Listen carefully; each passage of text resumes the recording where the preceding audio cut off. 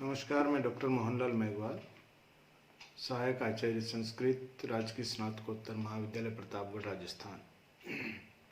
आज हम तृतीय वर्ष संस्कृत साहित्य के प्रथम प्रश्न पत्र के अंतर्गत पाठ्यक्रम में निर्धारित किरातार्जुनीयम महाकाव्य के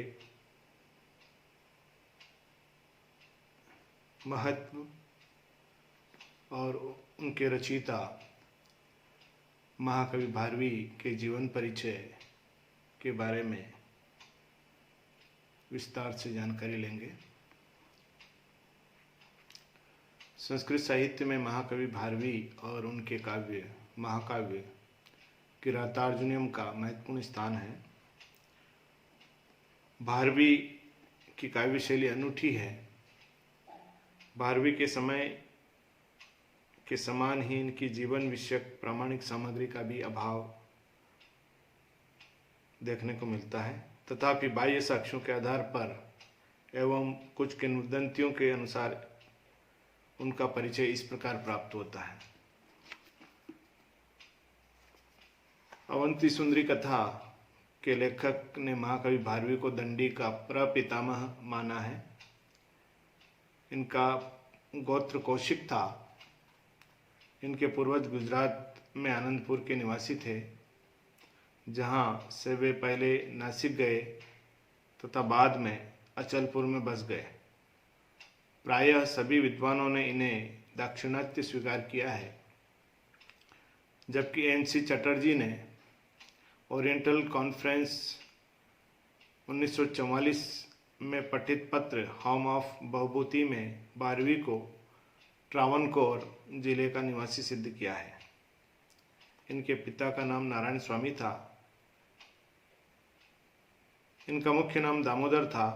भारवी इनकी उपाधि थी, किंतु अन्य किंवदंती के अनुसार ये धारानगरी के सम्राट राजा भोज के आश्रित कवि थे। इनकी माता का नाम सुशीला एवं पिता का नाम श्रीधर था। रसिकवती इनकी पत्नी थी, किंतु राजा भोज के साथ इन्हें जोड़ना उचित प्रतीत नहीं होता। भारवी, जैसा कि पूर्व में उल्लेख किया जा चुका है, भारवी चालुक्य नरेश विष्णुवर्धन 615 ईस्वी के सभा पंडित थे।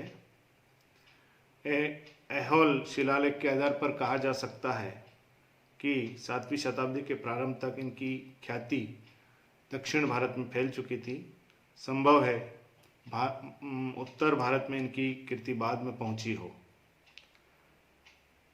महाकवि भारवी शैव मतावलंबी थे, क्योंकि इन्होंने किरातार्जुनीयम के 18वें सर्ग में भगवान शिव की स्तुति अत्यंत भावुक होकर की है। किरातार्जुनीयम के एक श्लोक की उपमा से प्रभावित होकर विद्वानों ने इनका नाम ही आत्पत्र भारवी रख दिया है।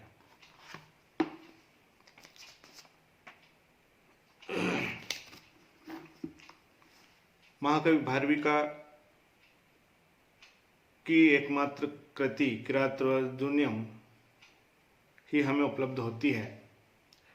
इसमें कुल 18 सर्ग हैं। अपनी काव्यगत विशेषताओं के कारण यह महाकाव्य की कोटि में आता है, जिस पर लक्षण की दृष्टि से हम आगे विचार करेंगे।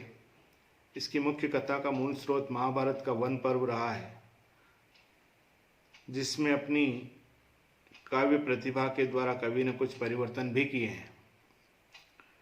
किरातार्जुनीयम का अभिप्राय: किरातस्य अर्जुनस्य किरातार्जुनीयो द्वंद्व समास्तौ अधिकृत्य कृतं काव्यम। यहाँ अधिकृत्य कृते ग्रंथे सूत्र से 6 प्रत्यय पुनः उससे ई आदेश होकर बना किरातार्जुनीयम। अपने विशिष्ट गुणों के कारण ही इसे बृहत्त्रयी का प्रथम ग्रंथ होने का गौरव प्राप्त होता है। बृहत्त्रयी में अन्य 2 ग्रंथ महाकवि माघ का शिशुपाल वधम एवं श्रीहर्ष का नैषधीय चरितम आते हैं। इस महाकाव्य की कथा इस प्रकार है। जुए में हारकर पांडव द्वैतवन में निवास करने लगे। उसी समय दुर्योधन की शासन प्रणाली एवं राज्य की स्थिति की जानकारी प्राप्त करने के लिए युधिष्ठिर ने एक वनेचर को गुप्तचर के रूप में हस्तिनापुर भेजा, जो वापस आकर कुटिल दुर्योधन के सुव्यवस्थित शासन का वर्णन करते हुए बताता है कि कुटिलतापूर्वक प्राप्त किए राज्य को वह लोगों का दिल जीतकर प्राप्त करना चाहता है। वनेचर से सुनी सभी बातों को जब युधिष्ठिर द्रौपदी की उपस्थिति में अपने भाइयों से कहते हैं तो द्रौपदी एवं भीम क्रुद्ध होकर युधिष्ठिर को युद्ध के लिए प्रोत्साहित करते हैं, किंतु वे प्रतिज्ञा तोड़कर युद्ध के लिए तैयार नहीं होते। पुनः महर्षि वेदव्यास के निर्देशानुसार अर्जुन पाशुपत अस्त्र प्राप्त करने के लिए इंद्रकील पर्वत पर जाकर कठोर तपस्या करते हैं, जहां अप्सराएं उनकी तपस्या में विघ्न उत्पन्न करने का प्रयास करती है, किंतु सफल नहीं हो पाती। अंत में स्वयं शिव किरात के वेश में आकर अर्जुन की परीक्षा लेते हैं। अर्जुन उनके साथ भी युद्ध करके अपनी योग्यताओं बाहुबल का प्रदर्शन करते हुए शिव को प्रसन्न कर लेते हैं और उसे शिव से दिव्य अस्त्र की प्राप्ति हो जाती है। बस यहीं इस महाकाव्य की कथा समाप्त हो जाती है। किरातार्जुनीयम एक वीर रस प्रधान महाकाव्य है। अर्जुन इसके नायक हैं। स्थल स्थल पर अर्थ गौरव का चमत्कार दर्शनीय है। इसमें ऋतु, पर्वत, सूर्योदय, सूर्यास्त, जल क्रीड़ा आदि का विस्तार से वर्णन भी उपलब्ध होता है। इस प्रकार का ओज गुण संपन्न काव्य संस्कृत साहित्य में दूसरा नहीं है।